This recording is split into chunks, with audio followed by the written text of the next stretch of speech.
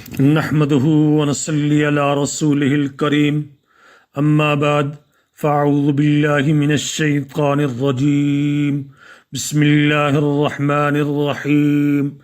يا أيها الذين آمنوا إذا قمتم إلى الصلاة فاغسلوا وجوهكم وأيديكم إلى المرافق وامسحوا برؤوسكم وأرجلكم إلى الكعبين صدق اللہ العظیم۔ درس کا عنوان ہے اچھی صحت کا بہترین نسخہ وضو کرنا۔ جو آیت مبارکہ تلاوت کی گئی یہ سورۃ المائدہ کی آیت نمبر 6 ہے، جس میں اللہ رب العزت ارشاد فرماتے ہیں، اے ایمان والو، جب تم اٹھو نماز ادا کرنے کے لیے تو دھو لو اپنے چہرے اور اپنے بازو کنیوں تک، اور مسح کرو اپنے سروں پر، اور دھو لو اپنے پاؤں ٹخنوں تک۔ قرآن کریم کی اس آیت مبارکہ میں وضو کے بارے میں ایک عظیم الشان نسخہ بیان کیا جا رہا ہے کہ اللہ سبحانہ و تعالی کا احسان ہے کہ ہم مسلمان وضو کی برکات پچھلی 1450 سال سے حاصل کر رہے ہیں، اور انشاءاللہ ایک دن آئے گا جب غیر مسلم بھی وضو کی نقل کریں گے۔ دنیا نے جسمانی طہارت کی برکات کو ماضی قریب میں پہچانا ہے، اور صرف پچھلے 70-80 سال سے چہرے اور جسم کو دھونا شروع کیا ہے، جبکہ مسلمان صدیوں پہلے اس نعمت سے فائدہ اٹھا رہے ہیں۔ علم حیاتیات کے ماہرین نے پچھلے تقریباً 30 سالوں میں کئی دریافتیں کی ہیں، جن کی روشنی میں ہم دیکھتے ہیں کہ کس طرح وضو انسانی صحت کو فائدہ پہنچاتا ہے۔ ہمارے جسم میں دوران خون دو طرفہ ہوتا ہے، یعنی دل سے سارے جسم میں خون کا پہنچنا، اور جسم میں استعمال شدہ خون کا دل تک واپس آنا۔ اگر ایک مرتبہ بھی یہ دو طرفہ دوران خون درم برم ہو جائے تو خون کا دباؤ بڑھ جاتا ہے، اور خون کے دباؤ کے بڑھنے سے بڑھاپا بلکہ موت لاحق ہو سکتی ہے۔ در حقیقت یہ دو طرفہ دوران خون ان رگوں یا شریانوں کا وہ صحت مند عمل ہے جو خون کو دل کی وریدوں تک پہنچاتا ہے، اور وہاں سے خون کو دوبارہ دل تک پہنچاتا ہے۔ خون کی نسیں یا رگیں ان لچکدار ٹیوبوں سے کی مماثلت رکھتی ہیں جو دل سے نکل کر سارے جسم میں پھیلی ہوئی ہے، اور جوں ان کا فیصلہ بڑھتا ہے اسی قدر یہ شاخیں پتلی حتیٰ کہ بال سے زیادہ باریک ہوتی جاتی ہیں، اور اگر یہ باریک ٹیوبیں سخت ہو کر اپنی لچک کم کر دیں تو دل پر دباؤ بڑھ جاتا ہے۔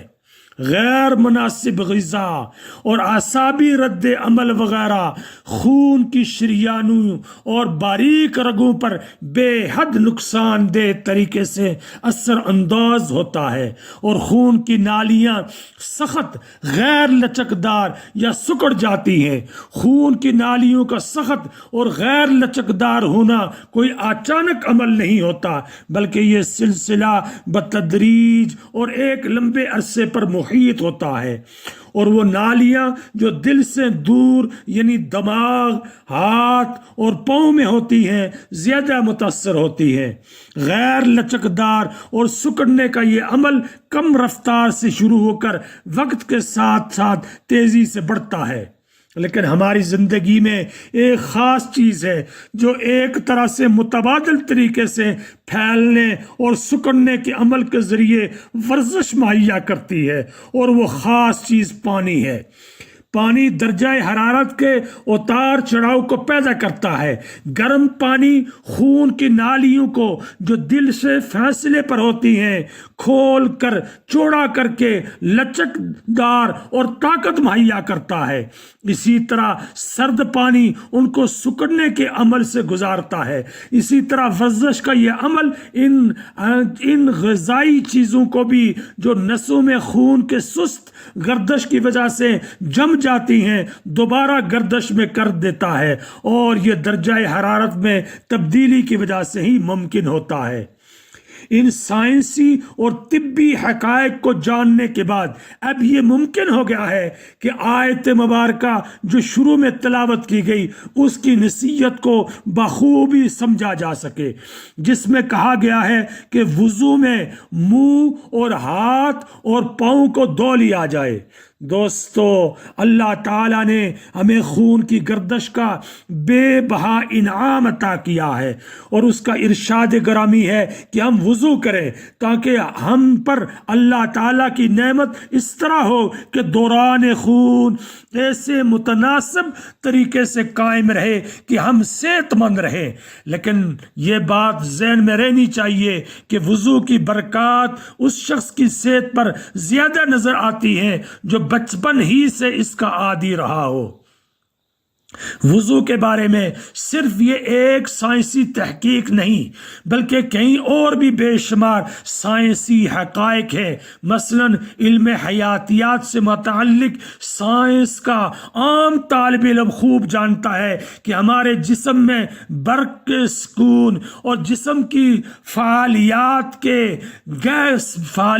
کا گہرا رشتہ اور توازن ہوتا ہے، لیکن فضائی حالات، پلاسٹک کے بنے ہوئے ملبوسات اور اشیاء ضرورت جو آج کل ایک بڑا مسئلہ بنے ہوئے ہیں اس توازن کو بری طرح متاثر کرتے ہیں، جس کے نتیجے میں دوسری شدید بیماریوں کے علاوہ جلدی امراض، چہروں پر جھریاں پڑ جاتی ہیں۔ چنانچہ آکو پنکچر یعنی سوئیوں سے علاج اور پٹھوں کے علاج سے اس عدم توازن کا علاج کیا جاتا ہے۔ لیکن اگر ہم دن میں کئی مرتبہ وضو کریں تو ہم اس قسم کی تکالیف سے بچ سکتے ہیں۔ برقی سکون کے مسائل سے کئی قسم کی نفسیاتی بیماریاں بھی پیدا ہو جاتی ہیں۔ مثلا چہرے کی خوبصورتی ہی کو لے لیں جو آج کل بہت ہی فیشنیبل مضمون بن چکا ہے۔ چنانچہ برقی سکونی کے مسائل کا سب سے زیادہ نقصان انسانی جلد کے نیچے پٹھوں کو ہوتا ہے جو آہستہ آہستہ کام کرنا چھوڑ دیتے ہیں، اور یہی وجہ ہے کہ وقت سے پہلے جھریاں پڑنا شروع ہو جاتی ہیں، جس کی ابتدا چہرے ہی سے ہوتی ہے، اور رفتہ رفتہ بقیہ جسم پر بھی اس کے اثرات مرتب ہونا شروع ہو جاتے ہیں۔ لیکن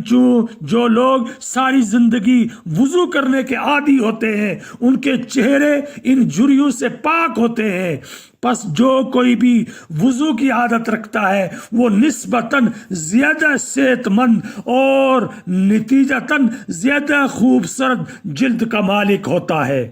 دوستو، کیا یہ معجزہ نہیں کہ ہمارے زمانے میں جہاں خوبصورتی کے لیے کروڑوں روپے خرچ کیے جا رہے ہوں وہاں ان سے 10 گنا زیادہ خرچ بھی وضو کی برکات کا مقابلہ نہیں کر سکتا۔